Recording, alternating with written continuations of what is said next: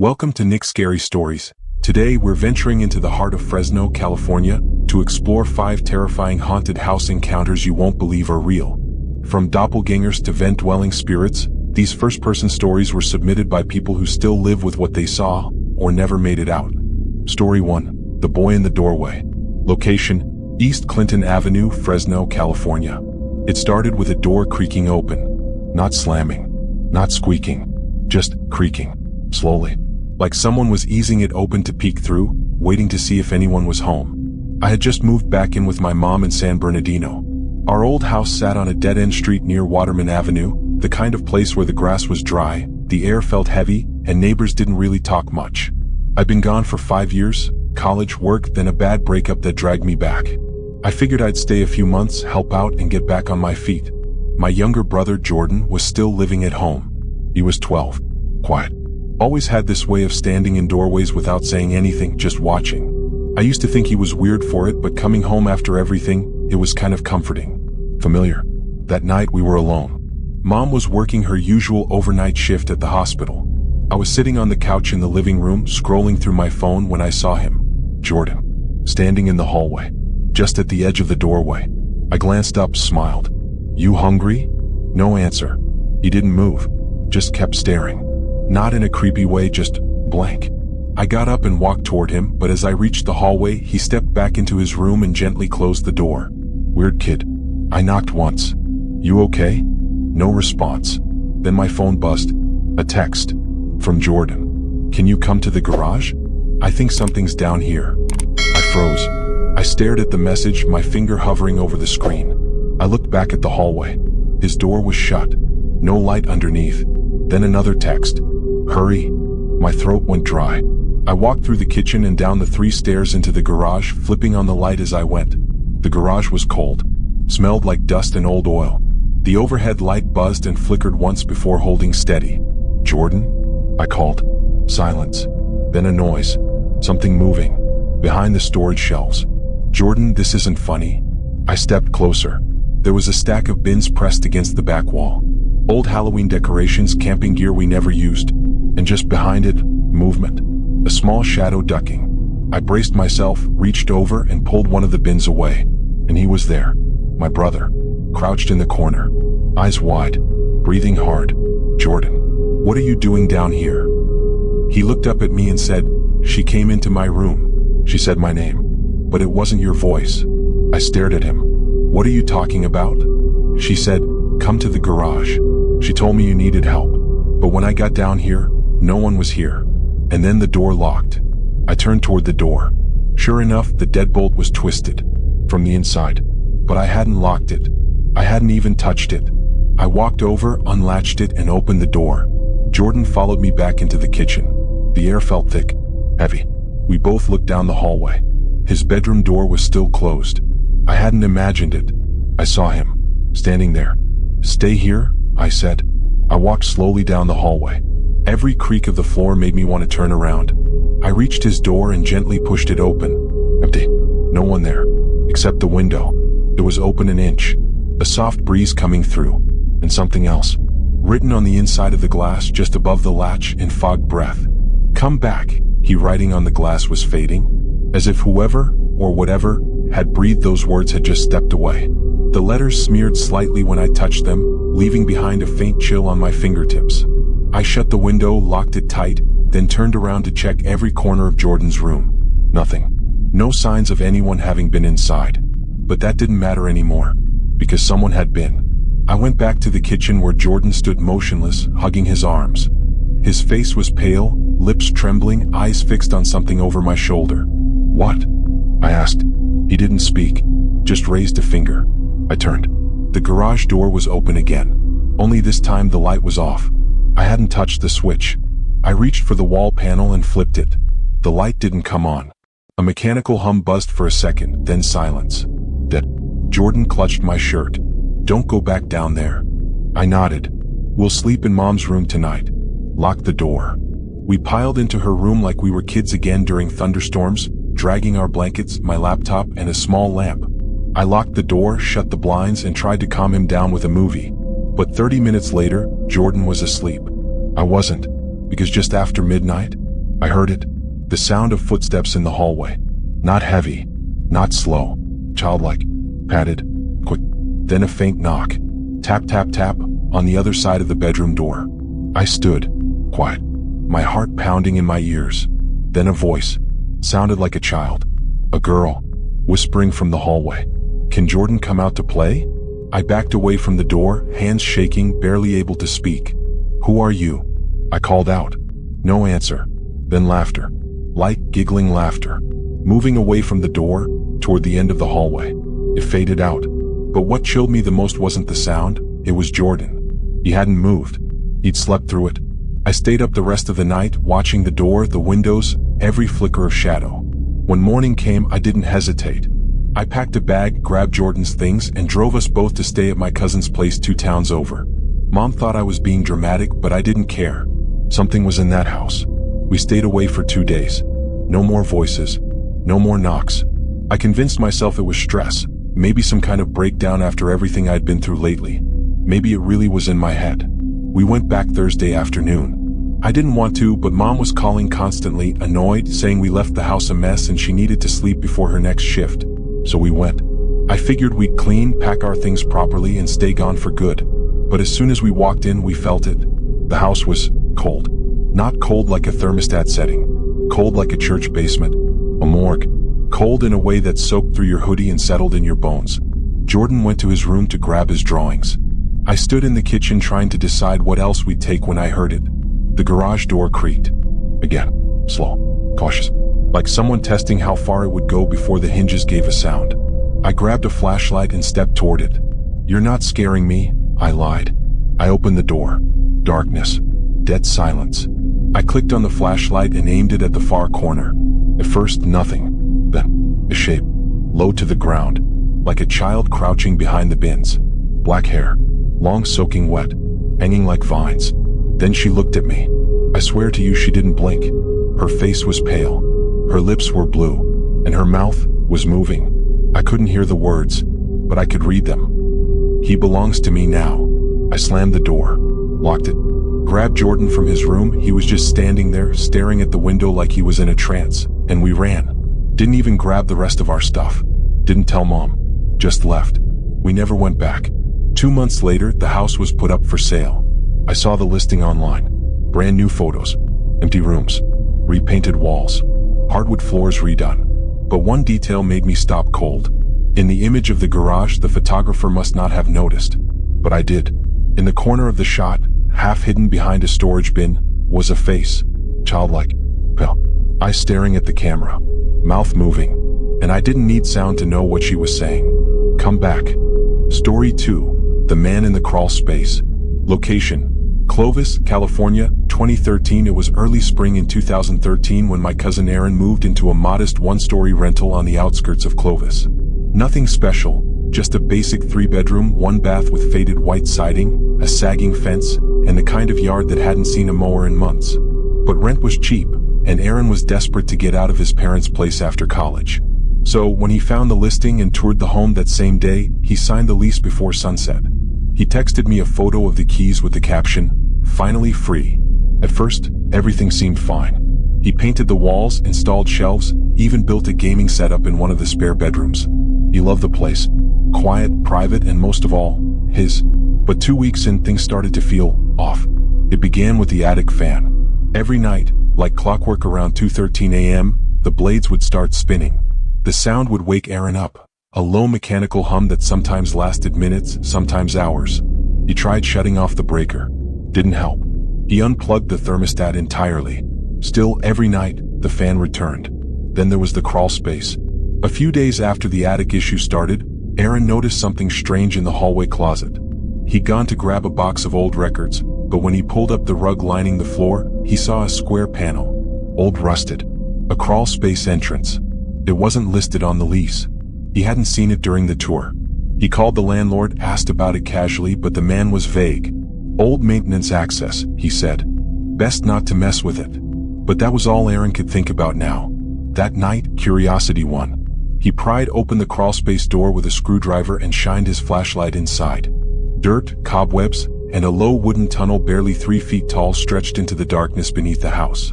The beam of his flashlight caught old insulation and broken boards, but nothing else. Until something moved. Not fast. Not loud. Just moved. Like a hand shifting out of frame. Aaron slammed the panel shut, shoved a bookshelf over the closet door, and left every light in the house on. But the next morning, the bookshelf was pushed back. Not fallen. Moved. As if someone needed access to that crawl space again. He called me. I didn't believe him at first. Thought maybe it was stress. He was a rational guy. Didn't even believe in ghosts. But his voice on the phone? I'll never forget how scared he sounded. I didn't imagine it, he whispered. There was something under my house. I drove out the next night to stay with him. We played it cool. Had dinner. Watched TV. Didn't talk about the crawl space. Around 1:45 a.m., the attic fan started up. The sound was louder in person, deeper. More like a growl than a hum. Aaron looked at me with that, "See?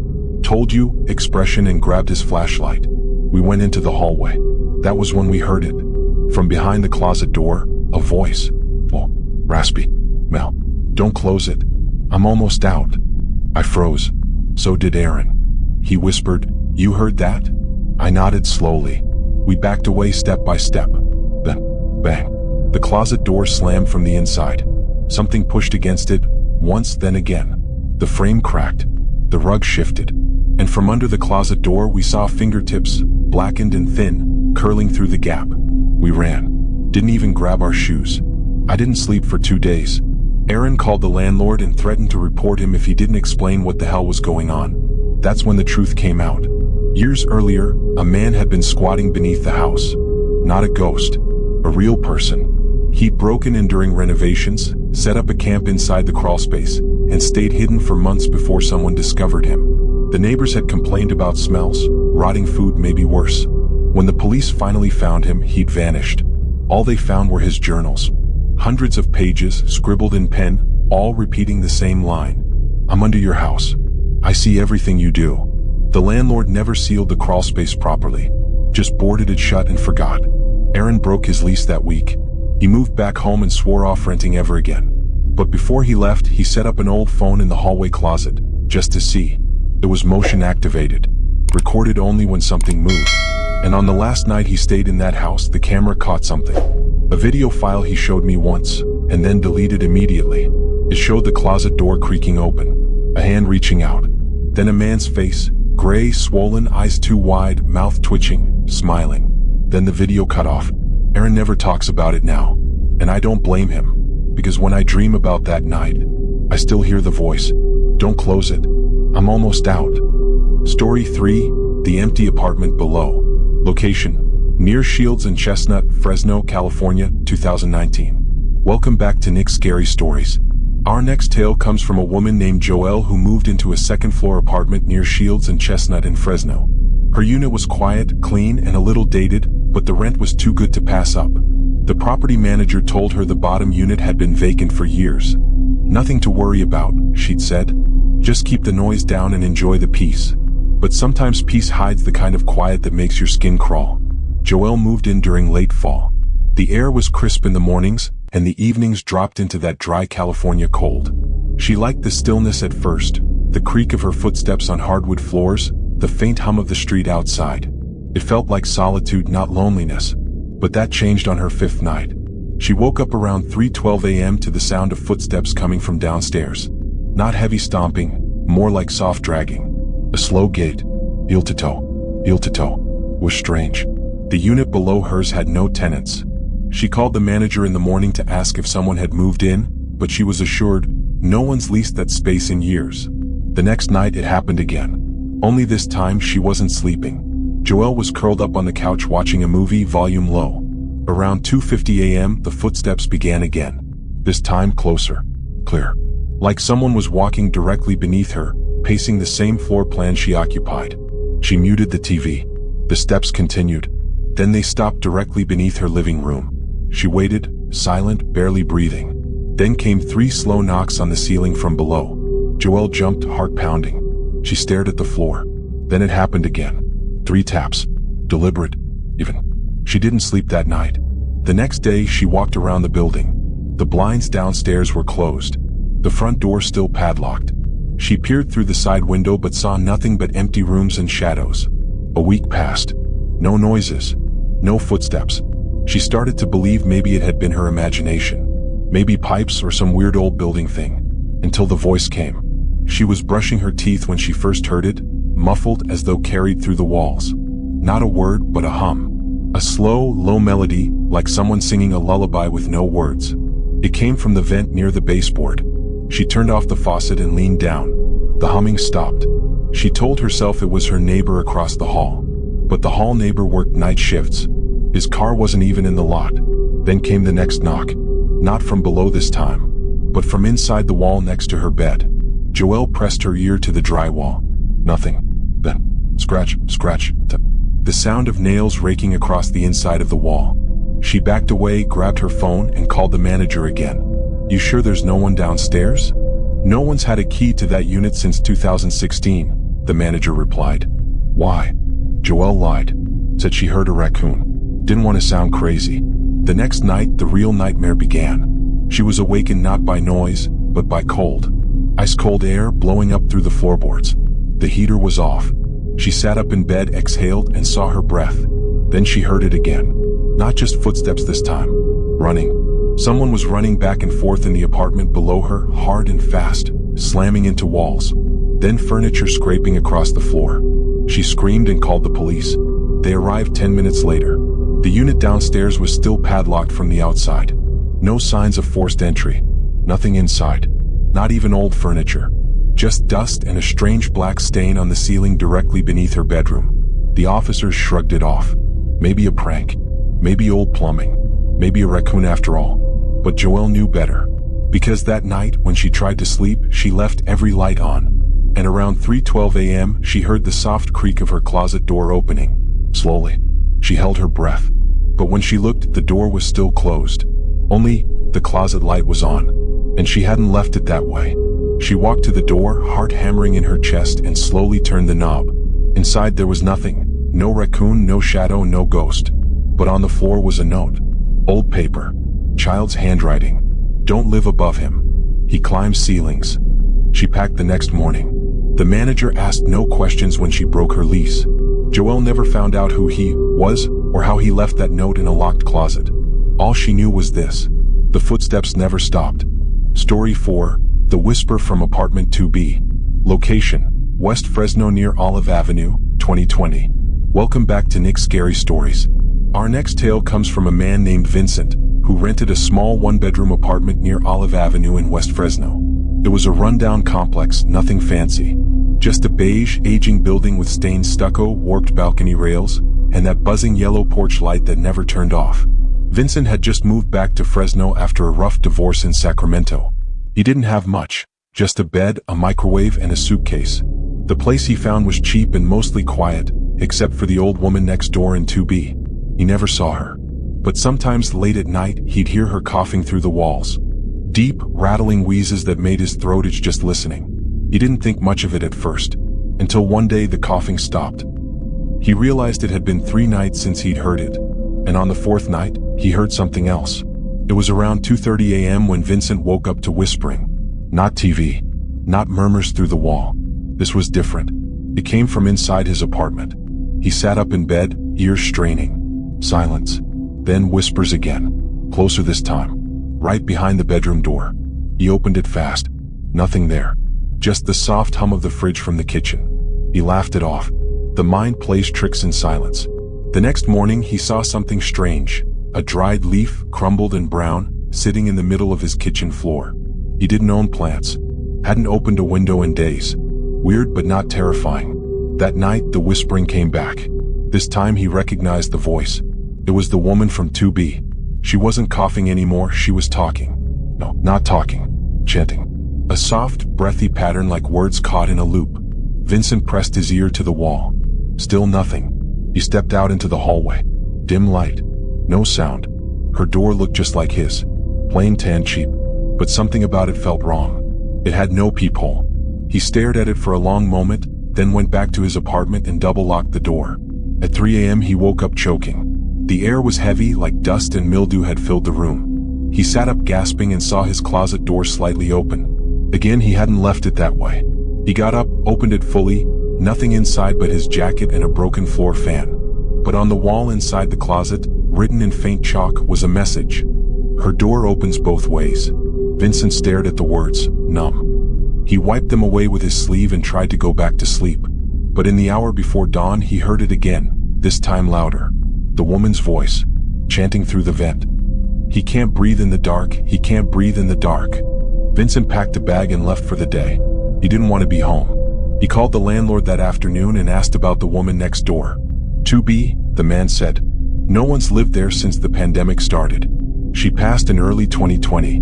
Heart failure. Vincent nearly dropped the phone. He asked if anyone had been inside the unit since. Not really, said the landlord. We sealed it up for a while. Still smells like mothballs. That night, Vincent stayed at a friend's house. When he returned the next morning to pick up clothes, his front door was unlocked. Inside, the apartment smelled like dried roses and burning paper. Everything was as he left it, except for one thing. On his bed lay his old jacket. It was folded neatly, and tucked in the sleeve was a leaf, wet, fresh, still green. That night, Vincent opened the closet again. The message was back. Her door opens both ways. But now, below it was something new. Yours will too. He moved out the next day. 3 weeks later, someone else moved into the complex. And on the first night in apartment 2A, they heard coughing from the other side of the wall. Story 5, The Room That Called Me Back. Location, Southeast Fresno near Kings Canyon Road, 2019. Welcome back to Nick's Scary Stories. And thank you for sticking around. Our final story tonight comes from a woman named Liana, who grew up on the southeast side of Fresno, in an aging ranch-style home not far from Kings Canyon Road. The story she shares with us isn't just about a haunting, it's about a place that never really let her go. It started when Liana was 13. Her parents had just divorced, and her mother rented them a modest 2-bedroom house at the end of a quiet cul-de-sac.